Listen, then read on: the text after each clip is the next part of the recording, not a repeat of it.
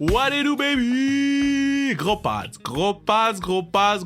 en collaboration avec la TD. La TD dans le building, dans tes oreilles, dans ta voiture, pendant que tu fais ta petite course, ton jogging, treadmill au gym, le vélo. On a un gros podcast pour vous, puis je suis vraiment fier parce que vous savez, le mois de février, c'est le mois de l'histoire des Noirs. Et moi, j'ai toujours cru que le mois de l'histoire des Noirs, c'est une célébration. C'est une opportunité pour en apprendre un petit peu plus sur la communauté noire, sur ma communauté, autant pour moi que pour vous, parce que je vous dis, je suis épaté des choses que je découvre jour après jour dans le mois de février, puis je me suis comme donné la mission au courant des dernières années d'essayer de découvrir ce genre de trucs-là à l'année longue. C'est pas juste parce que c'est le... Je dis tout le temps, moi je suis pas juste black au mois de février, je suis black janvier, février, mars, avril, mai, juillet, août, septembre, octobre, novembre, décembre. Je suis all black everything, all black every day. Tu comprends? Donc, c'est important de s'instruire puis de découvrir des gens qui ont marqué notre histoire et de les célébrer, des gens qu'on oublie, des gens que leur héritage, que je fais partie de leur héritage. Puis je trouvais ça important de le partager avec vous. Puis c'est pour ça que je suis vraiment... C'est la deuxième année consécutive qu'on est en équipe avec TD, qu'on fait équipe avec TD pour un podcast dans le mois de l'histoire des Noirs. TD, ce que j'aime avec eux, ils ont une longue histoire d'engagement avec la communauté noire. Puis c'est pas depuis un an, là, c'est au fil des années. Là. C'est pas des bandwagoners. Là. Non. Eux sont là, puis ils supportent. Puis je trippe là-dessus parce que... ça montre qu'ils sont intéressés pour vrai et que c'est pas juste pour « Ah, je vais bien paraître sur les réseaux sociaux ». Ça implique auprès de plusieurs initiatives, notamment Fondue au Noir. Pour ceux qui savent pas c'est quoi la Fondue au Noir, a été créée par la Fondation Fabienne Colas et présentée par la TD. Souligne sa 11e année cette année avec cette programmation spéciale numérique et majoritairement gratuite. C'est pour souligner le mois de l'histoire des Noirs. Les festivals s'entourent de personnalités bien connues de la scène culturelle québécoise et canadienne à travers un programme alliant panel de discussion, grandes entrevues et spectacles musicaux du 23 au 27 février. Est-ce que tu m'as entendu? Du 23 au 27 février. Il y a aussi l'initiative Massimadi. Je trouve ça exceptionnel. Okay? Massimadi, pour ceux qui ne savent pas c'est quoi, c'est la 14e édition cette année des films de l'art LGBTQ+ afro. Let's go! Vous savez que je suis très proche de la communauté LGBTQ+, puis de voir ça, là, ça me parle, man, ça me parle. Je suis tellement content. Let's go! Let's foot go! Bravo! Bravo la TD! Ça, c'est un festival qui s'articule cette année du thème de l'extase et guérison dans le contexte post-pandémique actuel. Le but de cet événement est de se concentrer sur les arts comme un moyen de retrouver la joie et l'émerveillement de la vie dans ces moments difficiles. Des films documentaires et web-séries pourront être visionnés en ligne gratuitement pendant tout le mois de février. Donc, encore une fois, bravo à la TD qui s'implique dans la communauté puis qui est très fier de présenter des événements culturels comme Fondue au Noir, comme Massimadi. Puis allez-y, allez vous abreuver de culture black. Mais là, j'ai le goût de vous présenter des personnages noirs importants dans le monde du hockey. Souvent, on pense à Willie O'Ree comme le premier joueur noir. Puis tout de suite, on a le réflexe que c'est Willie O'Ree. Mais il y a toute une histoire. Il y a plusieurs personnages qui ont marqué le monde du hockey. Puis je trouvais ça important de faire un podcast, même si c'est juste moi qui parle. Bruno, partenaire du podcast, travaille extrêmement fort sur le podcast pour le montage. Moi, j'ai travaillé fort pour faire de la recherche. Donc, je sais que c'est pas des entrevues comme habituelles. Comme d'habitude, excusez-moi, mais c'est full intéressant. Prenez genre 10-15 minutes au moins pour apprendre une ou deux choses sur ces personnages qui ont marqué mon histoire, puis qui ont marqué notre histoire à nous, l'histoire du sport qu'on aime au Québec, le sport national, le hockey, ont été marqués par des individus super importants. Donc, let's go, baby! On s'en va écouter ça maintenant! Let's go!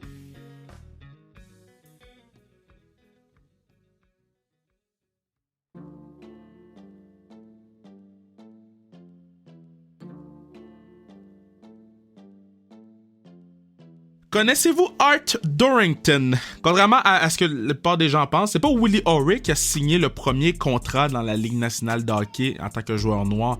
C'est Art Dorrington. Il l'a fait avec les Rangers de New York en 1950, 8 ans avant que Willie O'Ree mette les pieds sur la patinoire de la Ligue nationale pour la première fois. Un contrat de 85$ par semaine avec un bonus de signature de 100$. Art Dorrington n'a jamais été le premier joueur noir à jouer dans la Ligue nationale, malgré le fait que c'est le premier qui a signé un contrat, parce que Ed Calhoun lui assène un coup vicieux au genou, ce qui met fin à sa carrière.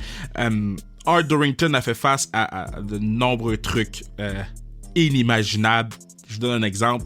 Lorsqu'il était sur la route avec son équipe mineure, il pouvait même pas dormir dans les mêmes hôtels que ses coéquipiers. Il fallait qu'il se trouve des familles d'accueil dans les villes sur la route. Parce que dû à la ségrégation, il avait pas le droit d'aller dormir dans le même hôtel que ses coéquipiers. Ça vous donne une idée d'à quel point Art a fait face à de nombreux défis. 163 buts, 157 assists en 345 matchs dans les rangs mineurs. Il a joué pro au hockey, mais aussi pro au baseball. Donc, c'était un athlète qui faisait 2 sports en même temps. Donc, ça vous montre aussi à quel point c'était un athlète phénoménal. L'hiver au hockey, l'été au baseball. Ça, c'est avant Deion Sanders, avant Bo Jackson. Il y avait Art Dorrington qui redéfinissait c'était quoi être un athlète sportif. C'est aussi un grand activiste dans la communauté, un gars de Truro en Nouvelle-Écosse, parce que on sait qu'en Nouvelle-Écosse, la communauté noire de hockey est extrêmement puissante.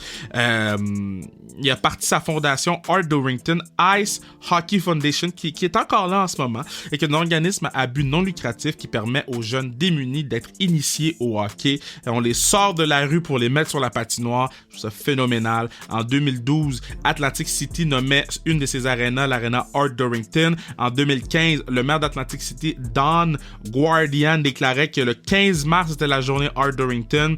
Malheureusement, il est décédé à 87 ans. Art n'a jamais été intronisé au temple de la renommée du hockey et je pense que ça vaut la peine de l'introniser. Encore une fois, il a peut-être pas joué dans la Ligue nationale, mais il a été un précurseur. Sans Art Dorrington, est-ce qu'il y a un Willie O'Ree? C'est des questions qu'il faut se poser. Art Dorrington n'aura jamais joué dans la Ligue nationale, mais il a ouvert la porte à plusieurs jeunes joueurs noirs qui l'ont suivi par la suite, comme on en parle sur le podcast. Donc, très important, ce personnage pour l'histoire des Noirs dans le hockey.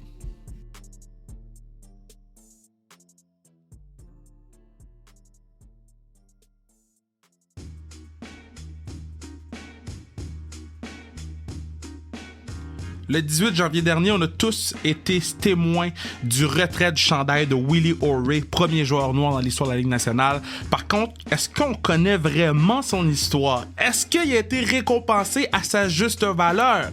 Willie O'Ree fait ses débuts dans la Ligue nationale en 1958 avec les Bruins de Boston. Puis c'est phénoménal de faire la Ligue dans ce temps-là parce qu'il y avait seulement 6 équipes. Donc le bassin de joueurs était grand, mais le nombre de places était limité. Il a été intronisé au temple de la renommée en tant que bâtisseur et non joueur. Et je vais faire mon avocat pour vous dire à quel point il devrait être intronisé en tant que joueur et non bâtisseur. Willie O'Ree n'avait qu'un seul œil. Il avait mangé un slap shot et il avait dû mentir aux médecins des Bruins pour lui permettre de jouer dans la Ligue nationale. Plus de 20 ans chez les pros, presque 1000 points. Et aujourd'hui, Willie O'Ree est le directeur du développement jeunesse et un ambassadeur pour la diversité de la Ligue nationale. Mais Willie O'Ree est un symbole parce que ça a pris 16 ans avant qu'on voit un autre joueur, un deuxième joueur jouer dans la Ligue nationale après Willie O'Ree. Willie O'Ree n'a pas joué 1000 matchs dans la Ligue nationale. Par contre, Vyacheslav Tretiak, le gardien russe, la légende, tout ce qu'il a fait dans sa carrière au niveau international est indéniable. Par contre, il n'a pas joué un match de la Ligue nationale, lui non plus. Donc, et lui, il était sur les autres temps de la renommée. Donc, pourquoi pas Willie O'Ree?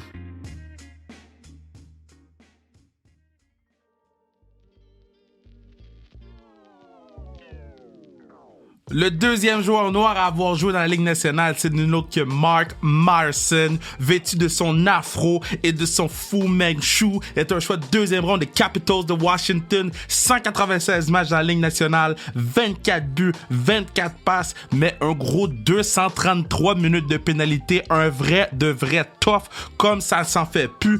Plus de la moitié des buts de sa carrière ont été marqués lors de sa saison recrue. Il a dû changer son style de jeu et s'adapter à la réalité de la Ligue nationale et il est devenu un tough.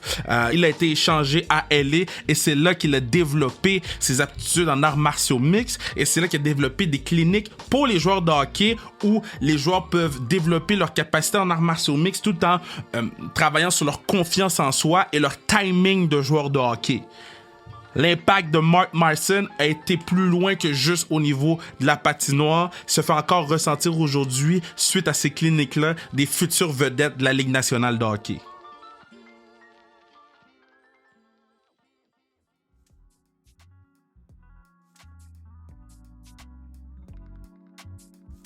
C'est pas seulement dans la Ligue nationale de hockey qu'on a vu un énorme gap entre l'apparition du premier joueur noir et du deuxième. On se transporte dans la NFL. La Ligue a été créée en 1920, plus de 300 joueurs, dont 2 joueurs noirs. Il y a 2 joueurs noirs qui faisaient partie de la NFL au tout début de sa création, dont le membre du Temple de la Renommée, la légende Fritz Pollard, qui avait les capacités d'un dieu sur le terrain de football. Il était idolâtré. Ça se dit-tu, ça? Je ne sais pas, mais je l'ai dit. Par les fans et par ses joueurs adverses. Les 13 autres équipes de la Ligue voulaient leur propre Fritz Pollard. Donc, petit à petit, plus de joueurs arrivaient dans la Ligue jusqu'en 1933. Lors de la nuit des longues fourchettes, on va l'appeler comme ça, pour faire référence à la nuit des longs couteaux. On va l'appeler la nuit des longues fourchettes. Tous les propriétaires blancs se sont réunis en cachette et ont pris la décision, assez, c'est assez, on ne veut plus de joueurs noirs dans la NFL. Donc, petit à petit, tous les joueurs noirs se sont mis à disparaître. Certains de ces joueurs-là étaient les meilleurs de leurs équipes. Ils se sont mis à disparaître un par un. Mais tout s'apprête à changer en 1945 quand les Rams de Cleveland remportent le championnat. Propriétaire, très fier d'avoir accompli le tout à Cleveland, décide de déménager le club à Los Angeles pour pouvoir prendre de l'expansion. Maintenant, ils ont quitté Cleveland pour aller à LA, mais ils sont installés dans une communauté noire. Et cette communauté-là a dit, pourquoi on prendrait de nos taxes pour faire subvenir cette équipe-là où il n'y a pas un seul noir dans cette équipe-là? Et c'est le journaliste Haley Harding qui a poussé le mouvement et qui en a parlé le plus possible dans les médias pour faire bouger les choses. Et c'est pour ça que le 1er mars 1946, le premier joueur noir depuis la nuit des longues fourchettes a signé avec les Rams de Los Angeles, Kenny Washington. Lui qui, soit dit en passant, a joué avec Jackie Robinson dans le temps.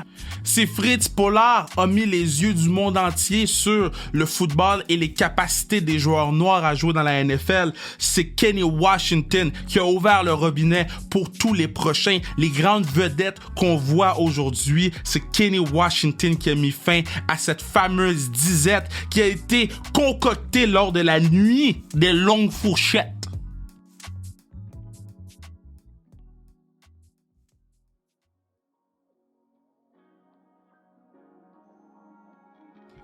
Mais encore une fois, on se pose la question, comment ça a pris 16 ans avant de voir un autre joueur noir après Willie O'Ree dans la Ligue nationale de hockey?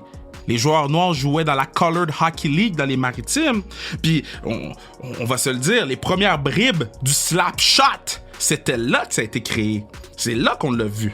Le fameux style papillon qu'on colle à Patrick Roy. Les premières bribes du style papillon, c'est dans la Colored Hockey League dans les Maritimes qu'on l'a vu.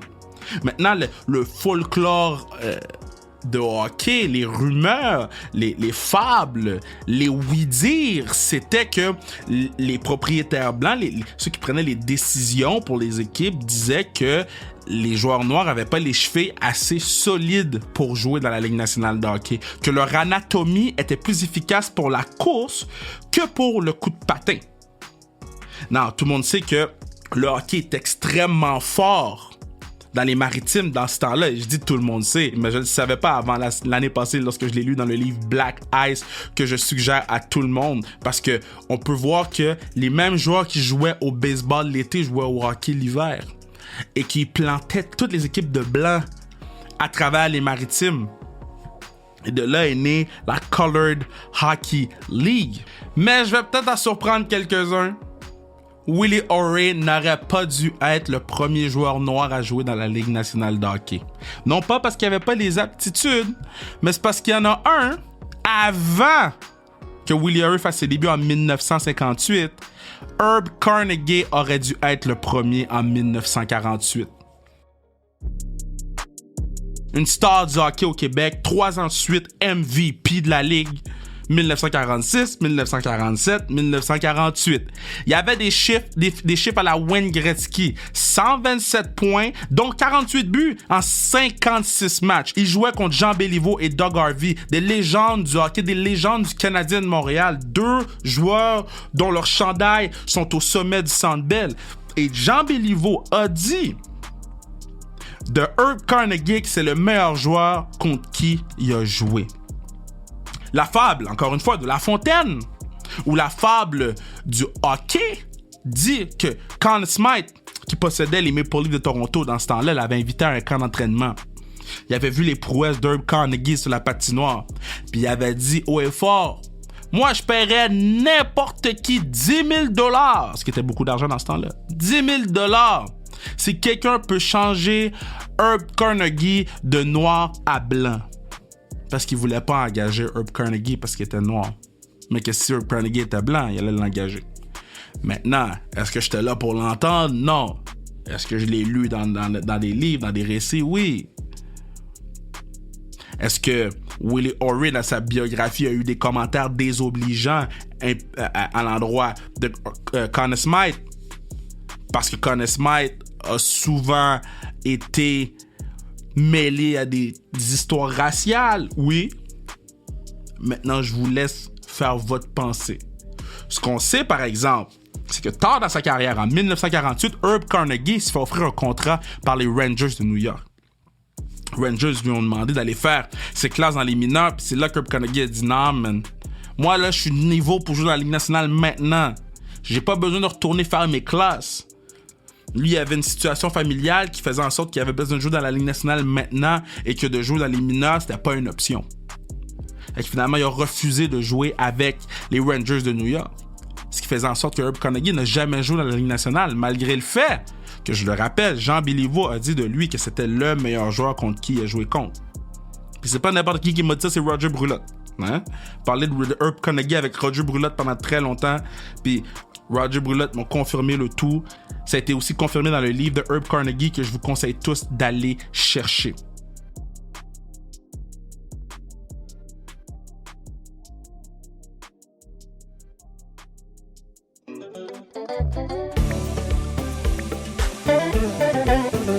Yeah! Cet épisode vous est présenté par la TD qui s'implique dans la communauté black depuis plusieurs années, qui s'implique, dans le mois de l'histoire des Noirs depuis plusieurs années. Et encore une fois, cette année, la TD est fière de présenter des événements culturels riches et inspirants, notamment comme Fondu au Noir et Massimadi. Allez voir ces événements-là.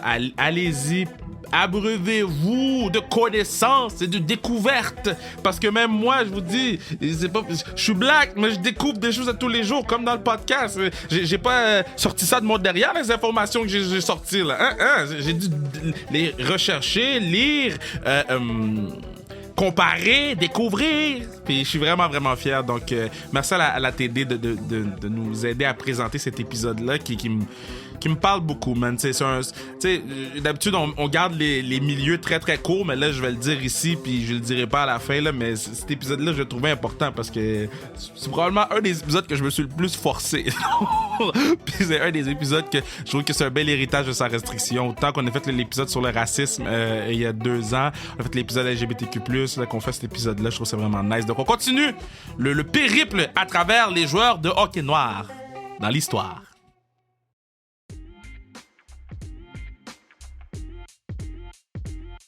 Par la suite, c'était parti, mon kiki, Tony McKegney, qui, l'argument peut se faire que c'est un des meilleurs joueurs noirs de l'histoire de la Ligue nationale, oui, mais un des meilleurs joueurs de l'histoire des Sabres de Buffalo. 13 saisons dans la Ligue nationale, 639 points, 4 fois des saisons de 30 buts, une fois une saison de 40 buts en 1978. Choix de deuxième ronde des Sabres. Et lui, ce qui est intéressant avec lui, c'est qu'il disait que dans tout son parcours, que ce soit dans le junior canadien ou même dans la Ligue nationale, c'est seulement à sa 3e saison dans la Ligue que là, il a vu un joueur noir pour la première fois jouer au hockey.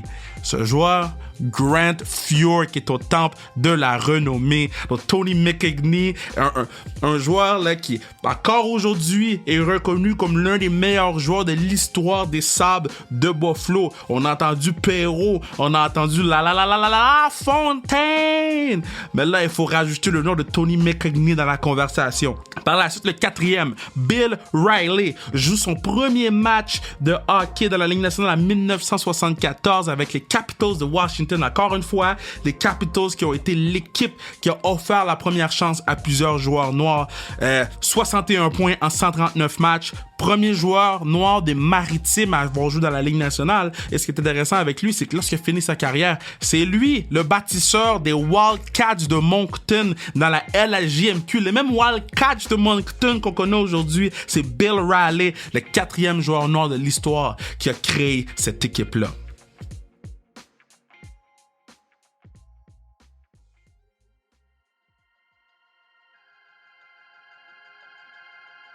Le 5e joueur noir à avoir joué dans la Ligue nationale, c'est Bernie Sanders, mais je veux pas qu'on en parle trop sur cet épisode-ci parce que il est le sujet du premier livre de notre book club. Book club! On a un book club maintenant. Donc, shout out The Game That Did Not Love Me Black de Bernie Sanders et Barry Meisel. Reggie Jackson a dit que Shout Out était un excellent livre à lire. C'est le premier livre du book club. C'était quand même écrit gros, là. C'est plus de 340 pages, ça vaut la peine d'en savoir plus sur l'histoire de Bernie Sanders. Par contre, c'est pour ça qu'on va pas en parler ici, mais je voulais mentionner qu'il a joué pour les Nordiques de Québec, quelques matchs à la Ligue nationale de hockey, que son histoire est passionnante. Il a joué sur hockey mineur ici au Québec, a été coaché par Jacques Demers, a été coaché aussi par un certain Monsieur Michel Bergeron, qui m'a appelé lorsque je lui ai dit que je lisais le livre. Bergie m'appelle pas souvent, on se texte beaucoup, m'appelle pas souvent, puis quand il a su que je parlais de Bernie Sanders, il m'a appelé pour me parler de lui. Quand je lisais sur Bernie Sanders, il m'a appelé pour parler de lui et il avait que de beaux mots à dire sur lui. Donc, on va pas rentrer en détail sur la carrière et la vie de Sanders ici parce qu'on va le faire dans notre book club. Mais sachez qu'il était le 5e joueur noir à jouer dans la Ligue nationale de hockey.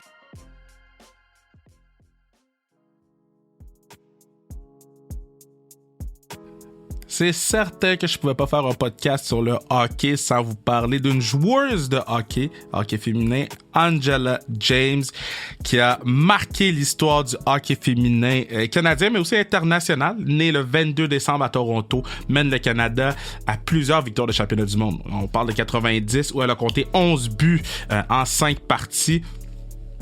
On parle de 92, 94, 97, lors toutes ces années-là. Angela James était une joueuse de centre, mais qui a excellé en défensive parce que lorsqu'elle jouait pour le Seneca à Toronto au niveau collégial, elle a mené son équipe à de nombreux championnats et elle a été la meilleure buteuse de la ligue pendant 3 années consécutives, marquant 50 buts en jouant à la défensive dans la saison de 1984-1985. Elle était défenseur, c'est elle qui comptait les buts, là. Son coup de patin, son tir dynamique la rendait différente des autres joueuses. Le fait qu'elle soit métisse a fait en sorte qu'elle a vécu beaucoup de discrimination lorsqu'elle était jeune. Elle n'avait pas de ligue d'hockey féminine à un très très très jeune âge, donc elle devait jouer dans la rue et prouver aux boys qu'elle avait la capacité de jouer avec eux et ultimement d'entrer dans une des ligues féminines lorsqu'elle commençait à être plus vieille. Plusieurs se posent la question comment ça se fait qu'elle n'a pas joué aux Olympiques de 1998 à Nagano, les premières Olympiques où on a eu du hockey féminin. Mais c'est Shannon Miller, l'entraîneur, qui a décidé de ne pas l'amener ou de ne pas la mettre sur l'équipe. Une décision qui, encore aujourd'hui, laisse un goût amer dans la bouche de plusieurs fans de hockey féminin. Angela James méritait sa place. Si on se transporte au championnat du monde de 1997, donc un an avant les Olympiques de Nagano en 98, elle avait eu 5 points en 5 matchs au championnat du monde. Le championnat du monde qu'elle a remporté avec l'équipe Canada. Elle a été la leader de cette équipe-là. Donc, on disait qu'il y avait beaucoup de friction entre Shannon Miller et Angela James. Ça n'a jamais été très clair les raisons qui ont mené à ce retrait-là de l'équipe. Par contre, plusieurs gens apportent des hypothèses. Je vais vous laisser vous faire votre propre hypothèse, mais à travers le podcast que vous écoutez, vous avez vu des histoires où, malgré le talent de certains joueurs et maintenant de cette joueuse, la couleur de peau a fait en sorte que ce talent-là n'a pas été assez pour atteindre les objectifs qui s'étaient fixés. Maintenant, je dis pas que c'est ça qui est arrivé avec Shannon Miller, mais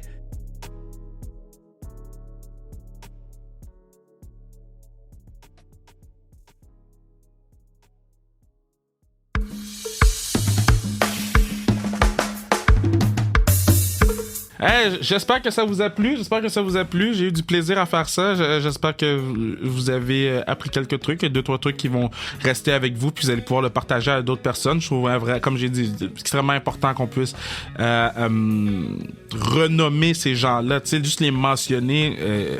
Tu sais, des gens qui sont plus avec nous, mais des gens qui ont marqué notre histoire. Puis quand je dis notre histoire, je parle pas de l'histoire black, mais je parle de l'histoire du grand collectif québécois, canadien, des grands fans de hockey. Tu sais, c'est des choses qu'il faut qu'on prenne connaissance de, puis je trouve ça important d'en parler. Donc j'espère que vous avez eu autant de plaisir que moi. Encore une fois, merci à Bruno, fait un travail phénoménal. C'est pas facile, il y a beaucoup de montage là-dedans,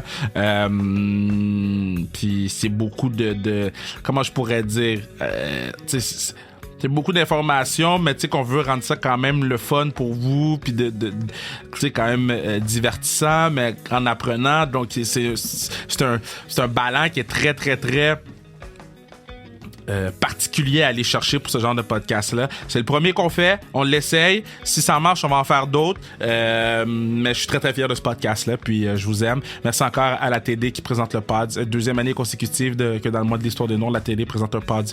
C'est phénoménal. C'est phénoménal.